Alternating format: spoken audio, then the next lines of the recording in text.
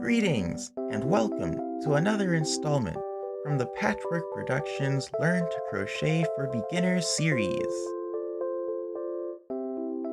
In this video, you will learn how to make buttons. For those of you who are new to my channel, my name is Stitch, and Patchwork Productionz is all about learning and doing crochet. So make sure you subscribe so you never miss another installment. Without further ado, let's get started. So in this video, I'm going to show you how easy it is to make some very simple buttons in crochet. Now, crochet buttons may not be the best option for some projects if the button has a lot of strain or if you kind of need a hard button in order to work with. If you have buttons, sure, but if you want to make some crocheted buttons, there are some simple things you can do to make a button. May not be as versatile as buying or obtaining regular buttons, but it works. So I'll show you very simply how you can make a button. And I first showed this button in one of my previous tutorial videos, making a handbag in crochet, and I made a button for the bag. And so this is the very button that I made, and I'm going to show you how to do it. It's very simple. So to make buttons in crochet, it's best, for what I'm doing, that you use magic circle, because you can cinch the center really tight, and so you won't have a hole in the middle, and you'll be working a lot of stitches into it, so it'll just hold itself really well. So the key to making buttons in crochet like this is that you keep working into this center ring. You don't work into any of the stitches really. So the way I'm going to start this is I'm going to do 6 single crochets. 6 single crochets into our magic circle here. 1, 6. So when we're done here, we should have 6. 1, 2, 3, 4, 5, 6. Good. And so now we're going to cinch the center as best we can, but not too tight, because we're going to want to be able to work into it. So what I usually do is I just leave my hook in there so there's always a hole, and pull it, because there are 2 loops you got to pull here, and one of them, in my experience, is always harder to pull than the others. I have no idea why, but this one especially is giving me some grief. But there, I think we got it. So now we have 6 single crochets, and no, we don't have it. Well, it'll be fine. That will get fixed when I pull it the last time. We'll just leave it for now. So what we're going to do now is we're going to avoid those loops, and we're going to slip stitch into the first single crochet that we made. We're going to find that and just make a slip stitch, because we want to have a circle. So that's there, just like this. So now we have our single crochets. And give me a moment, I'm going to attempt to finally cinch these loops. That is much more like it. There we go. So now we have 6 single crochets here. We still have this loop, and what we're going to do is we're going to work back into the ring. So we're not working into a single crochet that we've worked. We're going back through the center of our ring, and we are going to work 6 double crochets. And double crochet here is the US terminology. And as you work these double crochets, try as hard as possible. It will be difficult naturally, because we're working the same amount of stitches into the ring, so the stitches will kind of fight to where they need to be. It helps to do it a little loose, but if you want to have a pretty solid button, do it tight and just struggle. But try to work them over the previously done stitches so that you have 6 stitches going around evenly. You don't want them all clustered on one side. Again, this will inherently be hard, but you can try. So that's 3, and going to finish these. So we've worked 6 of these. Let's count. 1, 2, 3, 4, 5, 6. So of course that first double crochet, we didn't chain or anything, so that first double crochet is kind of crunched. Normally when you're dealing with the round, you want to chain so that your stitches are at the right height from the start. Or if you're doing the spiral method, it will naturally get like that, but we're kind of doing a weird different thing, so it's neither spiral nor proper round, but that's fine. Just find that first double crochet and you're gonna slip stitch into it. So now this is what we have, and it'll kind of be floppity, trying to decide, should I be a cone, should I be a dome? It'll try to kind of move around. Just squish it to a point where it's mostly centered and flat. It'll be a little compact because of the outside stitches. If you did it a little tight like I am doing it, they'll try to stay together and squish to the center. And so now to finish this, we're just going to go all the way around. Again, only 6 stitches, and we are going to work half double crochets. And also, again, try as hard as you can to keep these half double crochets as close to the original positioning of the stitches they're going over. And we're still only working into the center ring, so we're not working into those double crochets. We're working through the center of the ring. So this is 3. This is 6. 1, 2, 3, 4, 5, 6. So I finished, and I'm a little sad I didn't pull it enough. So there is a little piece of the bottom, I guess you can call it round, coming through. I'm going to not bother with it for now and simply slip stitch into that first half double crochet that I did, which is right here. And it takes a little bit of, should I say effort or practice, whichever one, to get it to mostly a good position. And again, it's because we're working the same number of stitches, but the size is growing. The stitches don't know what to do with themselves, so they try to move around, and in this case they try to stay to one side. You can alleviate this by just adding more stitches on the outsides.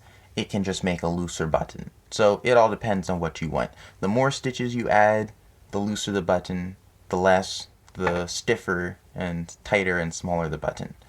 But for now, this is a button right here, and we can just pull this magic circle loop as tight as we can without breaking the string, and this will be our button. And what we can do, there are some things we can do to finish this off. We can just leave it like this, or we can do some slip stitches or single crochets around the edge to make it, more like a button, to make it just have a nice edge to it. But for now, this is, good enough. You can use the button as it is. Just know that you'll have to secure it very well from the bottom. So we can make variations of this button. We can make larger buttons, which I'll show you, and we can make buttons that have designs in them. So this one, it's kind of hard to tell because it's small, but it's a square. You can kind of see that it's more square than this one or even this one.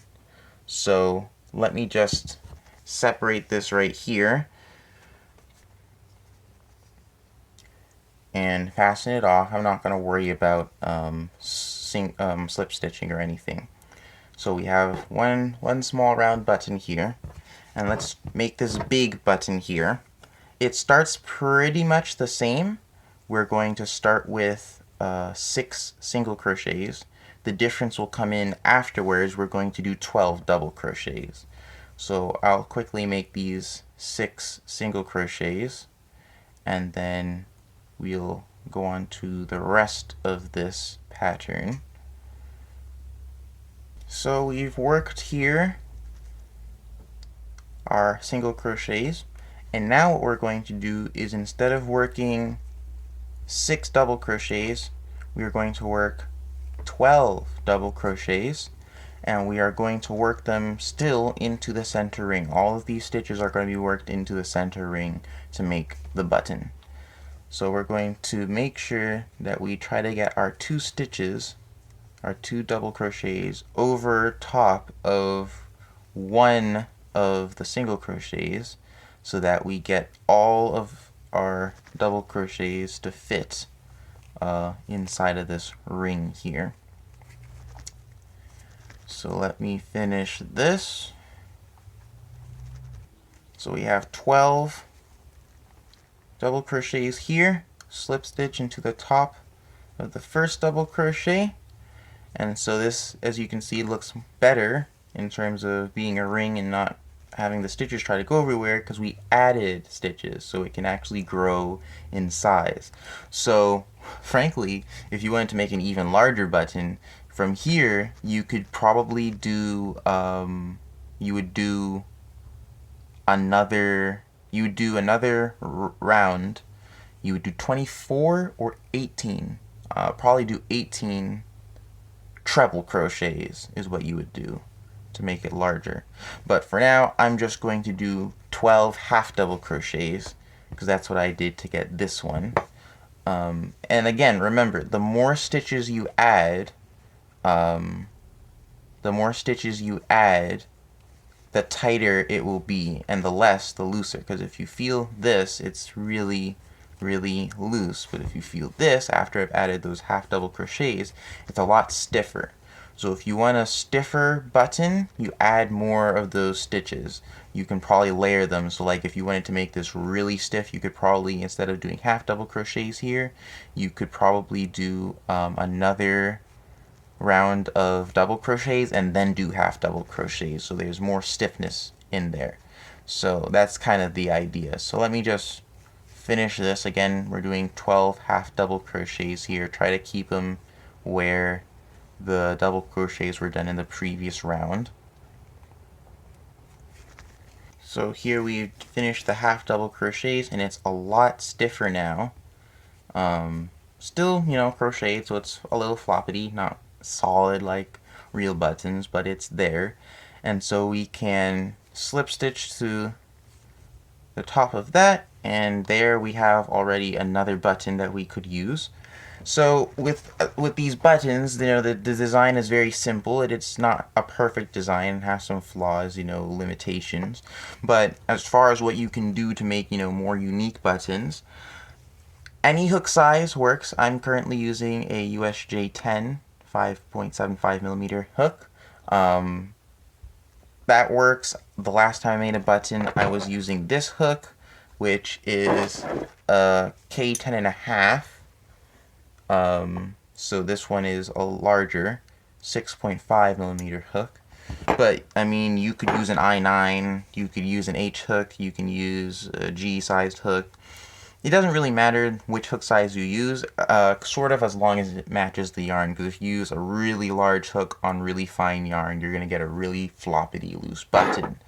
If you use a really small hook on really chunky yarn, well, it's going to be a really tight button. So it depends on what you want and everything, and also what is feasible. But yeah, you can use any hook, you can use any type of yarn. This is just a standard medium worsted weight yarn, but if you have, what I like to call exotic yarns, if you have jumbo yarns, fluffy yarns, different textured yarns, different colored yarns, you can use any of those. That will make these buttons a lot more unique as far as, not just being plain like this. As far as what you do with the pattern, there's a couple things that you can do.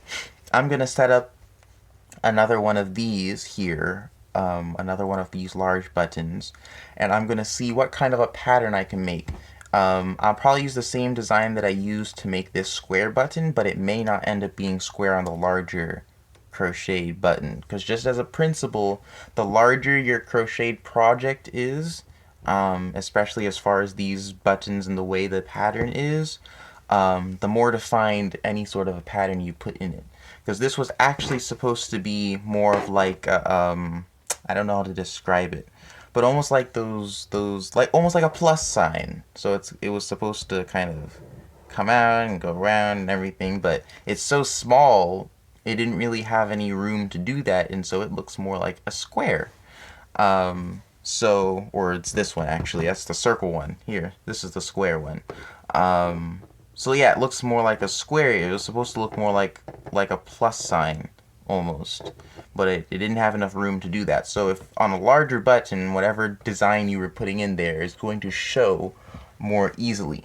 So I'm going to set up here a large button and see if I'm going to do the same design and see if it turns out like a square again, or if it, because it's larger, you'll see more of a definition of, you know, this is supposed to be more of a plus sign. But just to give you an idea that you can change the pattern of some of the rounds and get different effects of what your button will look like. So let me go ahead and do that. Just cut this here. Alright, so I have here another large button. The last round I would do is the half double crochets, but instead we're going to try to do a little bit of a pattern. So I have 12 stitches here. I need 4 sides. That means I would do 2 of whatever the stitch I'm trying to make, and then 1 of a stitch that is a little smaller. So I'm going to do half double crochets and slip stitches. Actually, I'm not even going to do single crochets. So I'm going to do half double crochets and slip stitch. And actually what I'm going to do, make this a little different, let's do half double crochets on 2 sides and double crochets on the other 2 sides. And probably after the double crochets, I'll do a single crochet, and after the half double crochets, I'll do a slip stitch. Yes, that is what we'll do. So I'm going to do something unique just so that we can get a large perspective on the sorts of things that can happen. So I'm going to go ahead and work this so that we can see what outcome we obtain. So let's just say this doesn't look too good. And there's a very good explanation for this, which I will demonstrate by pulling out this single crochet that I've done here and showing you what happens when you make a slip stitch on here, especially on the larger ones. This is something to specifically keep in mind with slip stitches because I've experienced this in other aspects of crochet. But you can clearly see, though, it does shape it. It just isn't the best. So let me show you what happens here. Let me pull out this and watch when I make a slip stitch. Try to do this close so that you can see all the nitty-gritty details. So we're gonna go in here, get our yarn, and right here all I need to do to make a slip stitch is pull this through. But do you notice that there's really nothing holding this to anything? See, if I make a single crochet right now from here, there's going to be a loop on the front and the back in terms of the yarn's placement, and so that will hold it to the whole ring.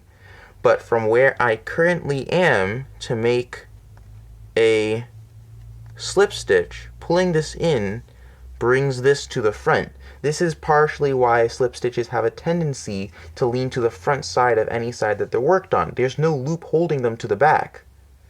And so what happens is, in the case of this button, the leftover piece that is just there because it wasn't really held together is left exposed, which is what we see over here. This isn't something I crocheted just now. This was the previous round sticking out because the slip stitch was pulled down there. See, this is the same pattern. I think I stuck with half double crochets instead of doing half double and double, but it really doesn't matter because the slip stitch is the point of interest in this case. It's the same pattern that I used over here. I did half double crochets, slip stitch, half double crochets, slip stitch, half double crochet, slip stitch, in the hopes that I would get sort of a plus sign. But because this is so small, the slip stitch doesn't do as much as it does here on the large one, because on the large one there's more of it to have to go somewhere, and so it moved out. Whereas with here there's so little it didn't really do much and instead shaped itself into a square. So what we're going to do here is I'm going to undo all of this, and we are going to only do single crochets, and I'm going to stick to using double crochets instead of half double crochets and see what result that gets us.